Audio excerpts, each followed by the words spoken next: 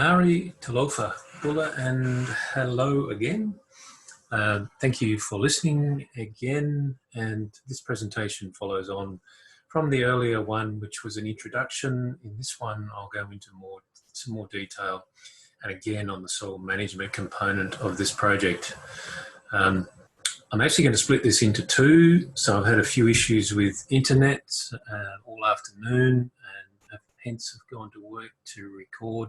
So I'm not going to risk all in one. So I hope that's okay. Firstly, though, I just wanted to recap some of the aims of the project.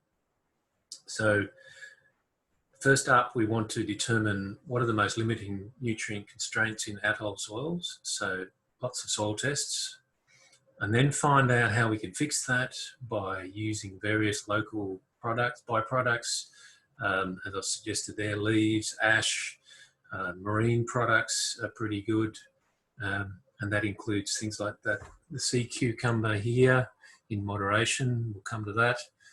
And then having tested these, and manure here, having tested, then finding how we can introduce those into the compost.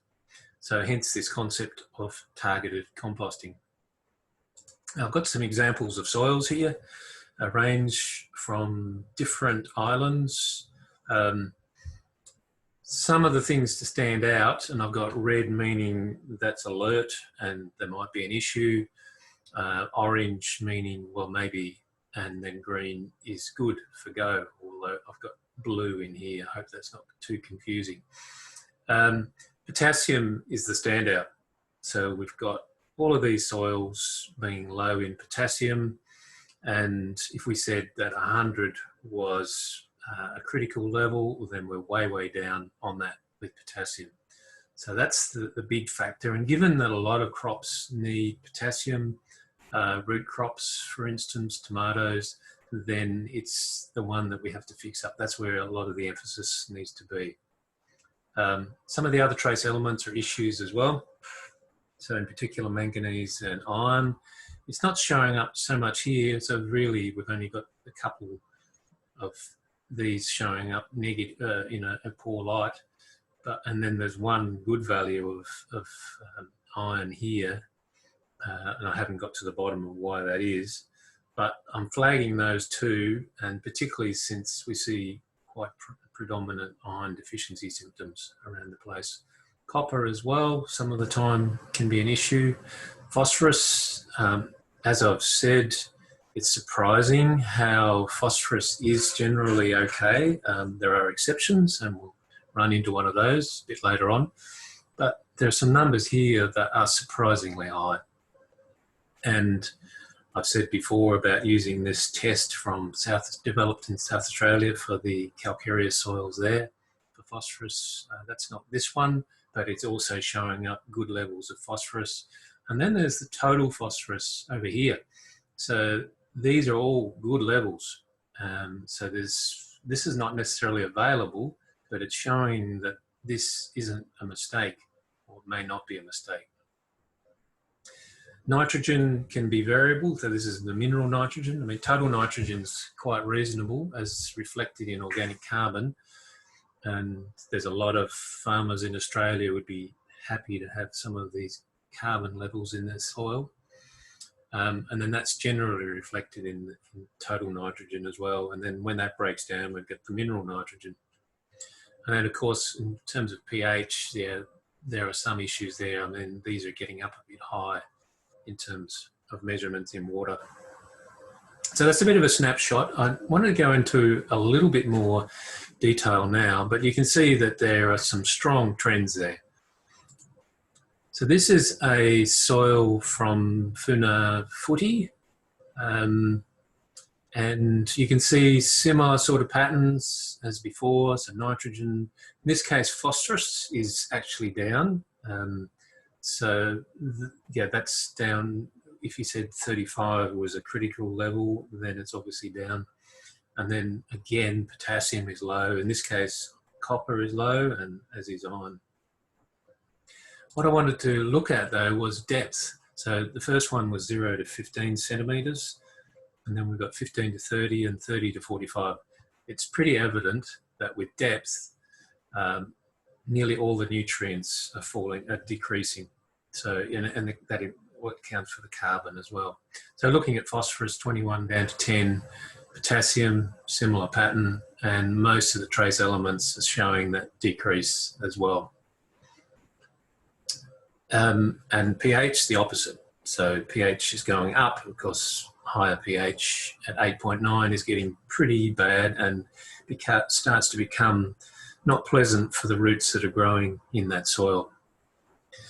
The carbon is an interesting one. So you can see at the top here, quite a reasonable level, and the amount of carbon in the soil, or organic carbon in this case, is largely reflected by the amount of leaf litter, how long that's been falling down for. So you can actually get reasonable soils developing under this scenario with lots of leaf litter falling down.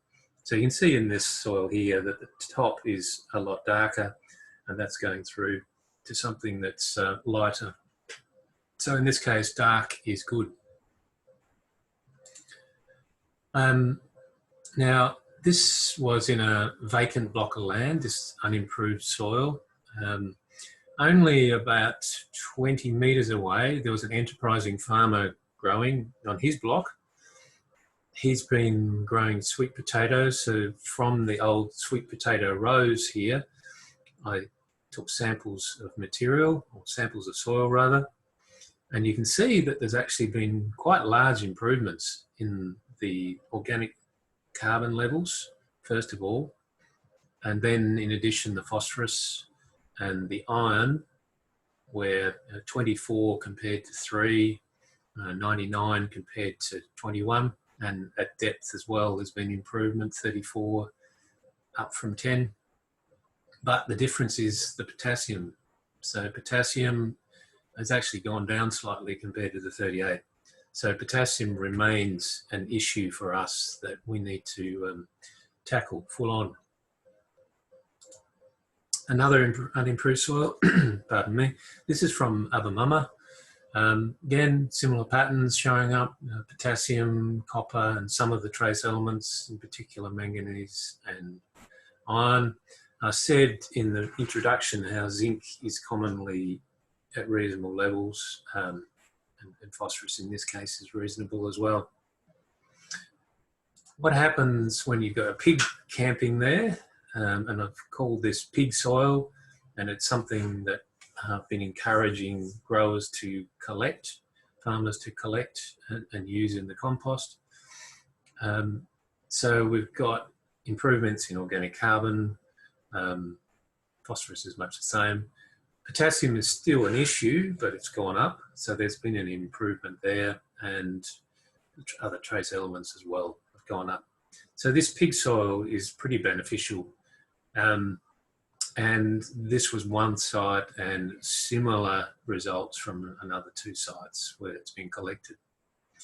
The other thing it points out is the value of pigs and manure, chickens and manure, and how we need to be collecting this a lot better. So if there was a concrete base, then that could be collected better. We'll move on to that with the next talk. So we've got these issues with the soil. How can we fix it? Making compost. A few pictures here. Here's our man, Kapuasi, making compost in a trial. And Rotan here. I'm trying to remember where that was now. It might have been Beru. Or no, it might have been Nanus. That's right.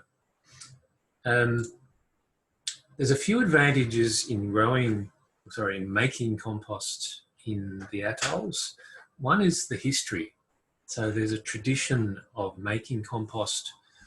Given how poor the soils have been, then it's been a long-standing tradition. So you can see in here the bio palaka and the rings that are made out of pandanus leaves, and inside those rings there's a compost mix. So that's traditional, and it makes it a lot easier to encourage uptake of compost making when people have been doing it a long time. Another reason is not wanting to have the nutrients wash down into the water, so compost is better able to hold on to the nutrients or the carbon in the compost. And the third one is about people who are pretty tidy, and you hear raking and people raking leaves early in the morning, tidying it up. These can all go into compost making. So this is the base of compost, the brown, and then we have the green and other components as well. So compost, or encouraging people to make compost, isn't so hard in the atolls. Here's a snapshot of a few composts that I've tested.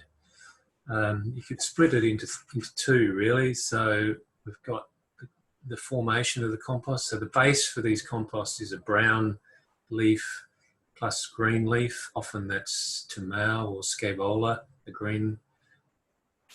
The top three are based on manures. So it might be 3 of brown, 3 of green, and 1 of manure. And then similar ratio for these two here of the 1 of sea cucumber. And the seaweed is a predominantly seaweed base. A lot of the brown is the seaweed. So we've got the macro elements, and these are all in very good supplies, perhaps not so good here because it just depends on how much it's been diluted as well. It may not have been sticking to the 331, for instance. These were just taken from the village. And there's reasonable levels in this group here, but where it does show up differently is the trace elements. So the copper, to a lesser degree the zinc, but manganese and iron are much lower compared to the manure-based composts. So that's something that needs a topping up. Interestingly, whenever there's seaweed, there'll be higher boron, and in this case, a lot higher sulfur as well. So we do need to top up some of these. Manure-based composts are generally okay. I mean, some of these can be a little bit low, but certainly any compost that's made without manure generally will need some sort of top up of leaves. So we've been pretty busy on the leaf analysis side of the project. So Graham Lyons, my colleague, who will be presenting on the human nutrition side, collected leaves from that angle. I was collecting from the compost angle. So there was nearly 200 samples of leaves. And the really pleasing thing was the consistency. So the leaves themselves were quite consistent in terms of their nutrient content. They didn't vary so much. And I suppose that's really a function of the soil not varying all that much, given the base is coral. So we've got minimum levels. So these tended to be the brown leaves, median, and then the maximum. And obviously the maximum are the ones that we're most interested in terms of the compost making and in terms of the human nutrition side.